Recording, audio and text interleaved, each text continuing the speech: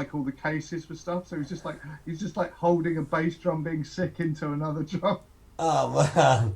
So that when we were younger, there were some people in my school. I grew up on Anglesey, Menai Bridge School, who they formed a band called the Snivelling Shits, and they showed me how to play a single chord, which was it was just this, just that, and they put you through distortion.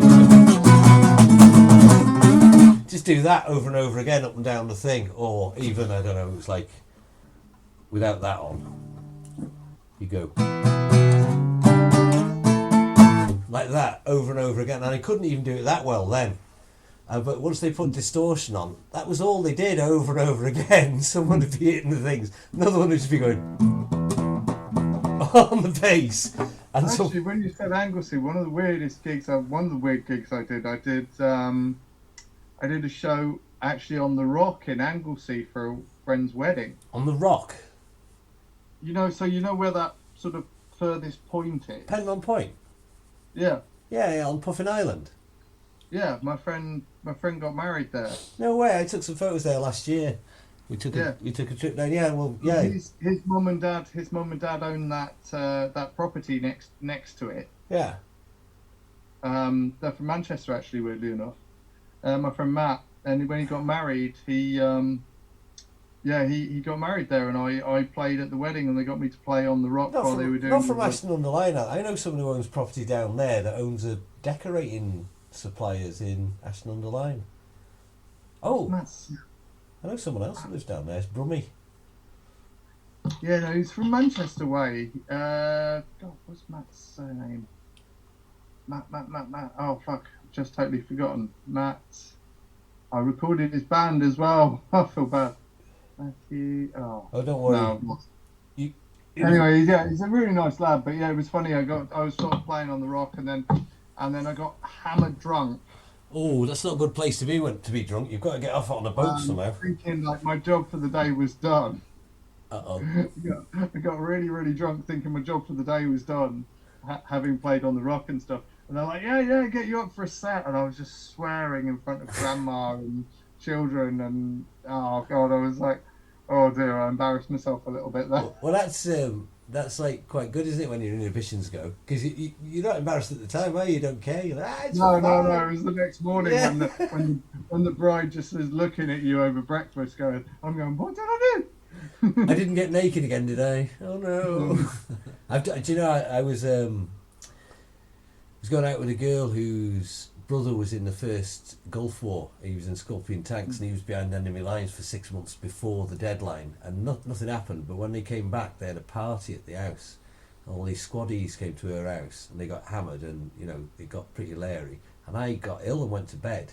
Apparently I got up in the night and walked through naked, walked into the garden, had a piss and walked back through the whole party. Fucking these squaddies. It was an 18-year-old pipsqueak. And it would have been cold, I bet you.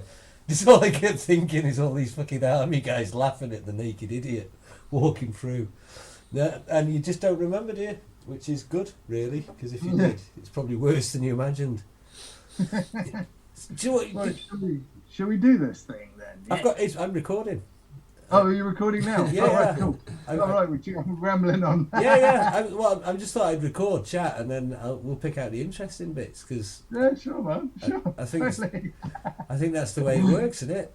No, just when you were saying about the naked thing, that was quite funny. I just remember my friend Brian. He was in a sort of semi-successful punk band back in the early 2000s called Kids Near Water. Yeah. And we were once at a party, and Brian had gone off with this girl. He was quite drunk, admittedly, but he had a tendency to sleepwalk. And so, like, the party's still raging on, but he's, like, fallen asleep. And he sleptwalk, and he's trying to climb out of a window completely nude. He's a really big lad as well.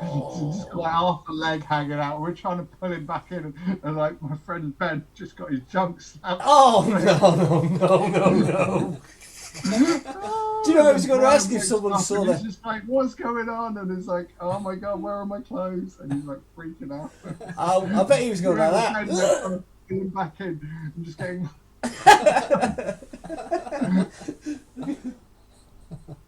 Just straight on his face, poor Ben. See that? I mean, the other day, because we were talking about that's rock and roll, because the other day I went in through the exit at Sainsbury's, didn't I? And You did, yeah. Oh, that, as far as I'm concerned, that's rock and roll. So, What's the system? yeah, but other people copied. There was others when we were leaving. You started I started something. a revolution at Sainsbury's of people ignoring the rules. And it's not really the out, it used to be the in. They've just put bollards there, pretending it's the out for some reason. Anyway, yeah, fuck 'em. So, have you ever done anything quite as crazy? You see, I've got into interview mode now, like Smash Hits magazine. So, Tim, have you ever done anything as crazy as that then? As going in the out. Yeah. As a rock star, I'm sure you've done some crazy things, but have you ever pushed the boundaries like I did yesterday at Sainsbury's? You can actually do.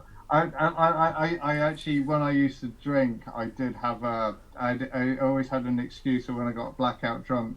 I was always blamed that guy. I was like, no, that wasn't me. That was that guy. That guy. That guy. And we were doing a festival, and there was this guy playing this djembe drum horrendously out of time, and he had these sort of big hippie moon pants on. And everybody's just being far too fucking polite to tell him to stop playing his djembe. So I was just like, drunk, cheeky little me went, pantsed him. In the underwear, so he just like literally flashed an entire festival. Did he run away? And his djembe drummer ran off and called me an arsehole, and I was like, yeah. And he stopped playing his drum though. Did you get a clap? Did you get a round of applause? Oh man! Particularly, that was like kind of the start of it, and then there was particularly. But he's mended his ways now. He actually weirdly lives in Huddersfield, so he's a really sweet lad. But he's just like he had real personal hygiene issues, and there was this hose. And I'm just there, and I was just about to spray him with the hose, and my friend Jane just like fucking tackled me. She's like, "No, no." I'm trying to remember some of the crazy, because I've done some really crazy stuff. I mean, I once put a washing machine in the tree across the road, which was a churchyard. So from our house there was a church in Roaben, and it was funny because we got a local butcher to help. He was walking past, and he was pissed. And me and my mate are trying to get this fucking... No, it wasn't a fridge, it was a washing machine. Up a tree. And he's going, what are you doing? Trying to get this up a tree, can you give us a hand? And he came and gave us a hand to get it up there. And we did it, and then it set me alarm. I was pissed. So in the morning when the bells were going, everyone was queuing up. I could see them all just looking at this washing machine, wondering what the fuck it was doing. And we put washing lines up and all sorts of stuff.